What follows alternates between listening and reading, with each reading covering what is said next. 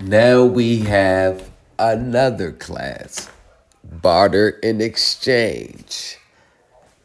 Then it was the banking. Now it's the insurance. Now it's to pay your bills with an instrument. Now it's the barter and exchange. One question that you need to ask these teachers is number one, what were your personal results? Do you have a statement to show that the negotiable instrument that you were selling or trying to sell zeroed out your accounts every month? Can you produce that evidence? Number two, can you show me evidence that you have used this knowledge for your own benefit in which we can see? What regulations are you relying on? Because the tax court and the IRS has said a 1099 standing alone is insufficient to determine whether there's a tax liability or income was received. It's in the United States Tax Court. Check my shorts. I read off the actual words from the judge in that case. So even if you fill out a 1099 correctly, it's not the end all be all. What regulations are you using for the IRS to treat income received or taxes paid? Can the teachers point to the regulations with a proper interpretation of them? Can they show their own personal results or the regulations they relied on? How about this? Students, why don't you ask the teachers how long they have been doing this and where are their personal results and what is the regulations and the acts of Congress and the statutes that they relied on? Why don't you ask them, do they know about the accounting?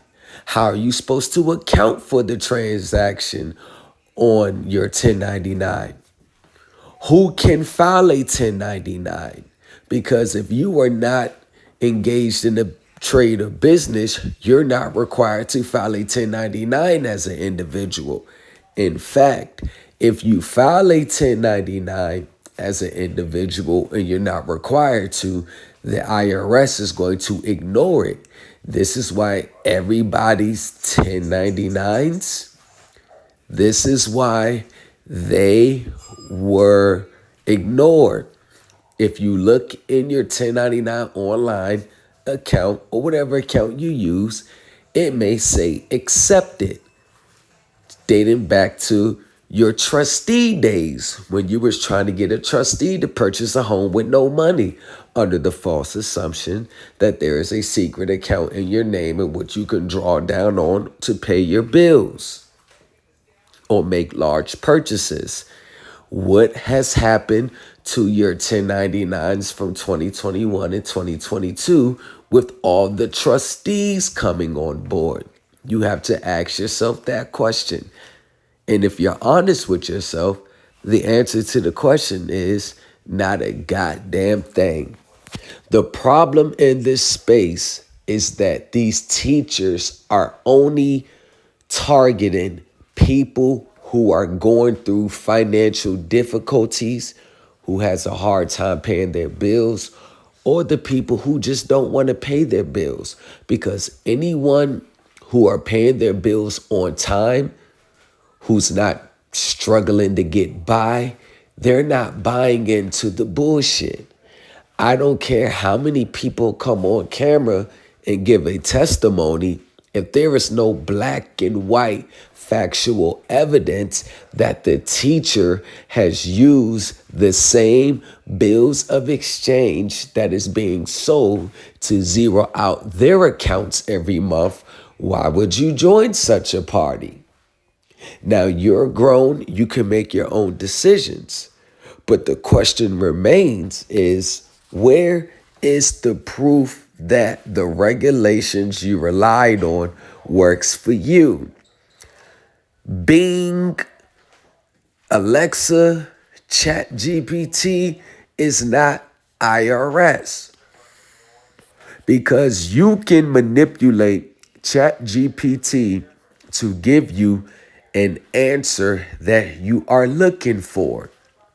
You can punch in whatever you want to say and manipulate it so they can generate the type of response that you are looking for. The problem is there's too many allegations against too many of these false teachers in which are going unchecked, or the people who want to believe in the false narrative willingly ignores.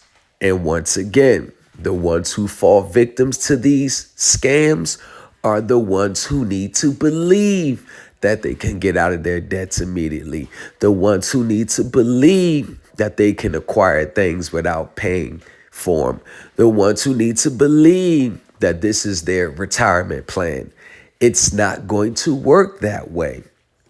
Once again, if you send 1099s into the IRS and you cannot substantiate them through an accurate statement in your receipts, you may be subject to increased penalties. And when you get hit with the penalty, this will be the opportunity for your teacher to come and save the day. But do you know what happens when people get hit with penalties? The teachers ghost them, or they block them. And when they get mad enough at you for calling them out for stealing their money, they want to release your public information online. I've sat back and watched it in real time. You have teachers out here who are claiming they're doing everything under their business. In reality, the homes and businesses are not even in their names or their business names. You have teachers out here claiming that they have results, but have nothing to show. Remember all the trustees with the 1099A? Where did they all go? They all disappeared. So what it boils down to, anytime that you have to have multiple different classes covering multiple topics with no nuclear foundation, you're going to confuse the students in the audience, and it shows no stability. Because as far as I'm concerned, if I was getting 1,000% interest a day, I would be a billionaire right now. But I wonder what happened to the 1,000% interest. I'm trying to understand, because hell, I may want that services. 1,000% interest. I don't know what happened. But one thing I do know is I call Fidelity and they say that is unheard of. So what it boils down to, ladies and gentlemen, even if you're in a vulnerable position, even if it sounds good to be true, even if you need to believe it so it can get you out your immediate situation, first thing I need you to do is ask the teachers, what regulations outside of ChatGPT are you relying on? Show us black and white evidence that you relied on, and show us black and white evidence that you have been successful in things that you teach. 2025, I am not going to allow any teacher in this space get away with selling things without them first being successful with it. Because that's all that's going on. You're being sold a theory. It's all a theory until it is done. The IRS does not randomly give you money. or send you a refund check without a paper trail or letting you know what the check is for. There is no such thing as a IRS special deposit. It's either going to be a refund, or that's the only thing. It's going to be a refund check or a IRS direct deposit. U.S. Trash. I think it's 3404. I got to check one of my statements. But the IRS is never going to send you money out the blue and you don't really know how it came. And they're damn sure never going to send a special deposit. Now, the next video I'm going to drop, it was this email and it was a bombshell. And I'm going to review that sometime in the future on my channel. But I am going to drop this email. I'm going to read the email out to you all, so no one can be fooled, because it's tax season, rent's due, Christmas is coming up, the holiday season's coming up. There are going to be classes this week, webinars that week, webinars this week, and none of that matters. They don't care about you. They only care about how much money they're going to get out of you. And if you don't buy any of their classes, you're going to be attacked, shamed, insulted, and guilt tripped into doing so. And students, this is a very complex field. It all revolves around advanced accounting, advanced knowledge of tax law, advanced knowledge of trust and equity, and understanding the underlying transactions and securities. You can't get all that for a bargain price of $250 or what you think you can afford.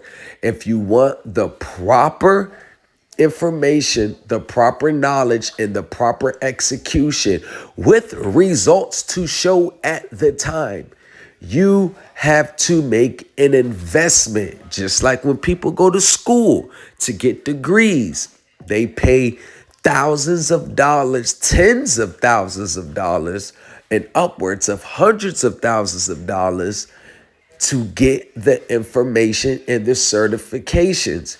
This is not an overnight process.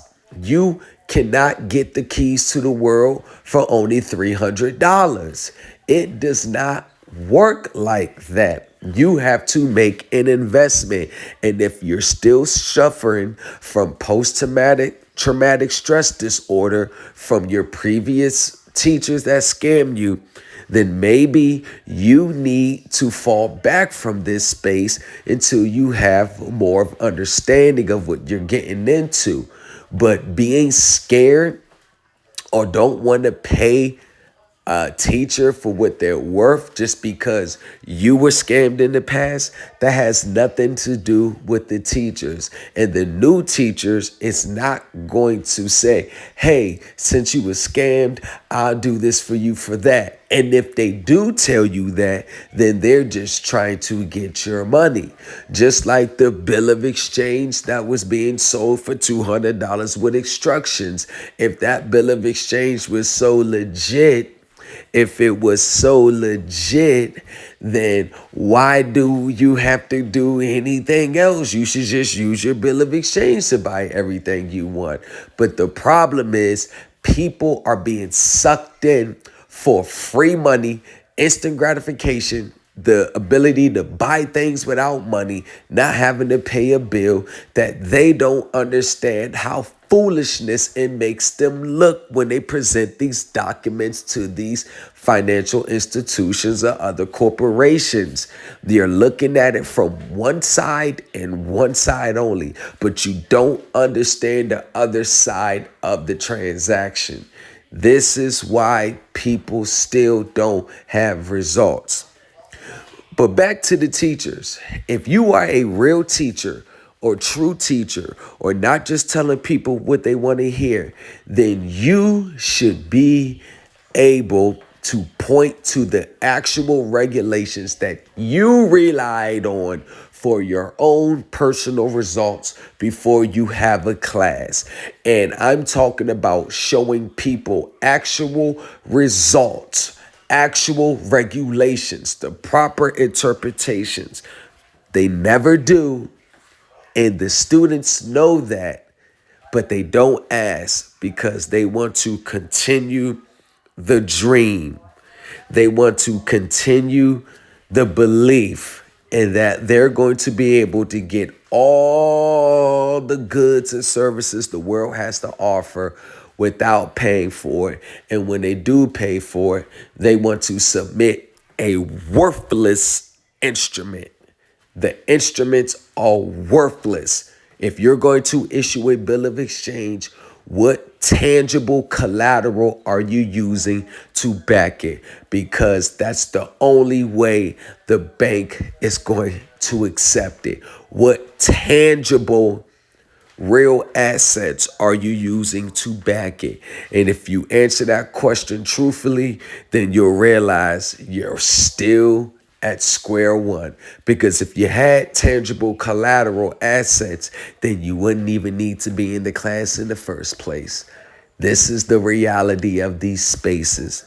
These spaces have gone to hell, have gone to shits. And as soon as the students wake up, the sooner they will be more informed and be less subject to the scams. I want to thank you all for listening to me, give you more awareness. Don't forget to hit the like, subscribe to Thomas Legacy 723. Hey, yeah, run it up, bands.